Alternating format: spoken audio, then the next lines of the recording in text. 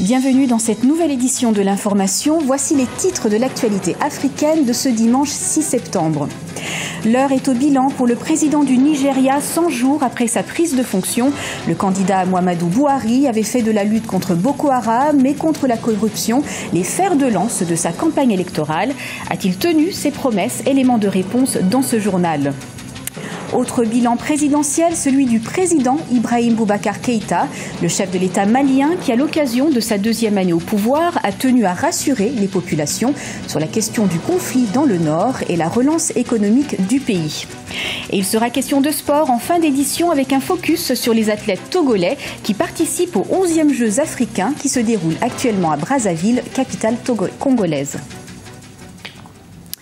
Mais avant de développer ces titres, résultats des élections locales au Maroc, et c'est le PJD qui ressort grand vainqueur de ce double scrutin en remportant les élections régionales avec 174 sièges sur 678 et en réalisant le 3e score au communal derrière ses rivaux libéraux du parti Authenticité et Modernité et le parti conservateur Istiqlal.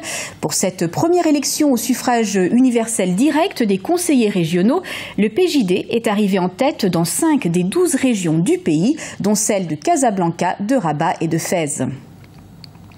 Comment se porte le Nigeria 100 jours après l'arrivée de Muhammadu Buhari à la tête de l'État? Le président nigérian avait fait de la lutte contre la corruption et contre Boko Haram les deux grandes priorités de sa campagne électorale. A-t-il su apporter les changements qu'il avait promis à ses électeurs? Élément de réponse avec ce sujet d'Ibrahim Ndiaye. Lutte contre la secte islamiste, la corruption ou encore la gestion de la crise de la chute du prix du pétrole, le président Muhammadu Buhari est sur tous les fronts depuis son élection. 100 jours après son arrivée au pouvoir, le combat contre Boko Haram inscrit parmi ses priorités n'est pas encore remporté. Cependant, il a posé plusieurs prémices qui devraient permettre au Nigeria et à ses partenaires de mettre fin aux actes de la secte islamiste. Parmi ces actions, on note le renforcement de la coopération régionale pour lutter contre Boko Haram. Il s'était donné 3 mois pour vaincre les islamistes. C'est quelqu'un qui exprime une volonté manifeste de lutter efficacement contre Boko Haram. C'est quelqu'un qui a très rapidement, une fois élu, développé une diplomatie militaire à l'échelle internationale parce qu'il visite très rapidement ses homologues des pays voisins attaqués par Boko Haram. Il a été au Niger, il a été au Cameroun, au Tchad. Il a même reçu l'invitation aux États-Unis où il a négocié quelques financements. Il a négocié aussi des appuis logistiques sur le plan militaire, malheureusement, qu'il n'a pas reçus. Ce sont des efforts qui sont sans doute méritoires. Malheureusement, sur le terrain, on voit que Boko Haram multiplie des attaques. Pour certains centres d'études, on évalue à plus de 1000 morts depuis que Buhari a pris le pouvoir et plus de 80 attaques terroristes. Dès sa prise de fonction, le chef de l'État nigérian a pris plusieurs mesures afin d'assainir le climat socio-économique du pays dans un contexte marqué par la chute vertigineuse du prix du baril de pétrole sur le marché international. Le président Muhammadu Buhari a tenté de faire dans un premier temps, c'est de prendre la mesure de la situation à la fois politique, économique, sociale du Nigeria. Des mesures ont été prises justement pour essayer de régler la question de la corruption. Il a pris de contact avec d'autres pays comme les États-Unis pour permettre au Nigeria de revenir dans le cadre des relations avec les États-Unis dans les échanges économiques entre les deux pays. Il a essayé de stabiliser par rapport à la région pour faciliter justement les échanges entre le Nigeria et les pays limitrophes, en tout cas au sein de la CEDEAO. Ces détracteurs pointent du doigt l'absence d'une politique économique clairement définie, d'autant plus que le pays n'a pas encore un ministre des Finances. L'heure est également au bilan pour le président malien 2 ans après son investiture. Ibrahim Boubacar Keïta, qui s'est exprimé à la presse pour l'occasion, il a tenu, lors de cette adresse, à rassurer les Maliens quant à la question sécuritaire dans le nord du pays et à saluer les avancées économiques effectuées par son gouvernement. Ibrahim Ndiaye. Le règlement du conflit dans le nord du Mali était l'une des priorités de son mandat. 2 ans après son investiture, le chef de l'État malien, Ibrahim Boubacar Keïta, a-t-il remporté le défi sécuritaire? permettant le retour définitif de la paix dans cette partie du Mali. Si on ne peut pas répondre par l'affirmation à cette question, force est de constater qu'un grand pas a été fait dans le règlement du conflit grâce à l'accord de paix signé le 20 juin 2015 entre le Mali et les différents groupes armés. Je l'ai dit et redit, l'accord de paix est incontournable. Donc je pense que l'accord est absolument une chance pour le Mali, pour le Sahel et tous nos voisins. Nous sommes tous concernés. Ce qui se passe chez ton voisin, tu as intérêt à en être solidaire et à examiner les moyens pour que vous puissiez éteindre ce feu ensemble. Cependant, la route est encore longue.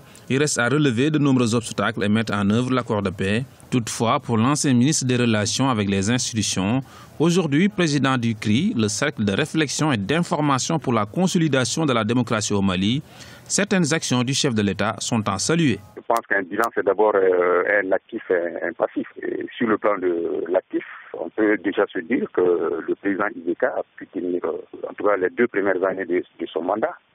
Et comme actif également, il est également incarné par la signature faite de l'accord pour la paix et la réconciliation nationale au Mali.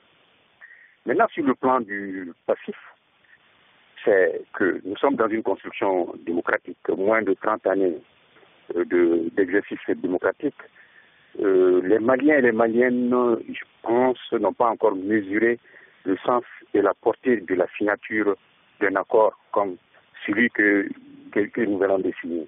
Le président malien s'est félicité de l'état économique du pays et des avancées dans la lutte contre la corruption. Il a également salué les nombreuses initiatives de la jeunesse malienne. Le chef de l'État malien entend poursuivre son plan d'action dans la création d'emplois et la construction de logements, d'autres challenges qu'il doit également relever. Un mot de sport pour terminer avec une escale aux Jeux africains qui se déroulent jusqu'au 19 septembre à Brazzaville au Congo. Aujourd'hui, il est question des 22 athlètes togolais qui prennent part à ces Jeux du cinquantenaire. Décidés à décrocher des médailles, ils doivent cependant faire face à de nombreuses difficultés. Explication d'Emefa Kofi. La Fédération togolaise d'athlétisme en quête de financement. Ici, à la salle de gymnastique, dont des Allemands, plus rien pour encourager les athlètes au travail. Pourtant, elle était très fréquentée il y a encore quelques années. Le pays de 1973 à 2014 a totalisé 9 médailles pour les seniors et 3 dans le rang des cadets, notamment aux Jeux africains.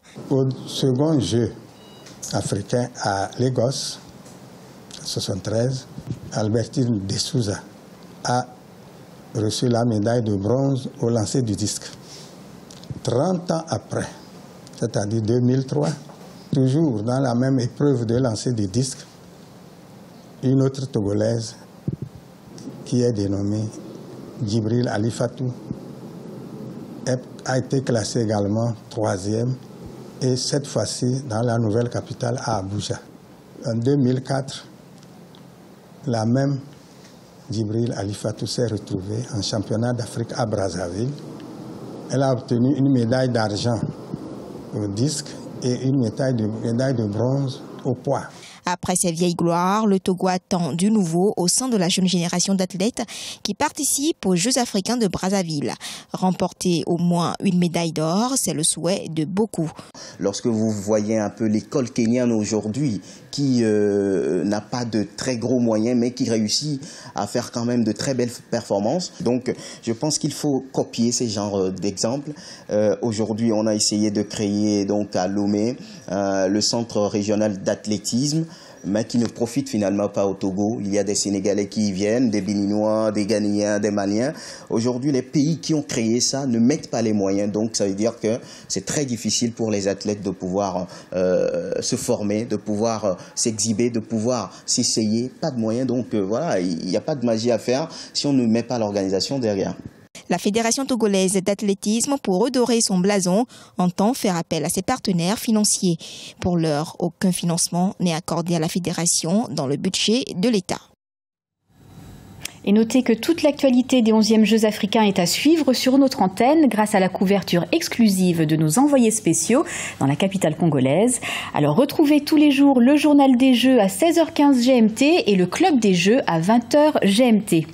Ce journal a été réalisé par l'ensemble de la rédaction. Nous vous remercions de votre fidélité. Dans un instant, une nouvelle édition de l'actualité sur Africa 24.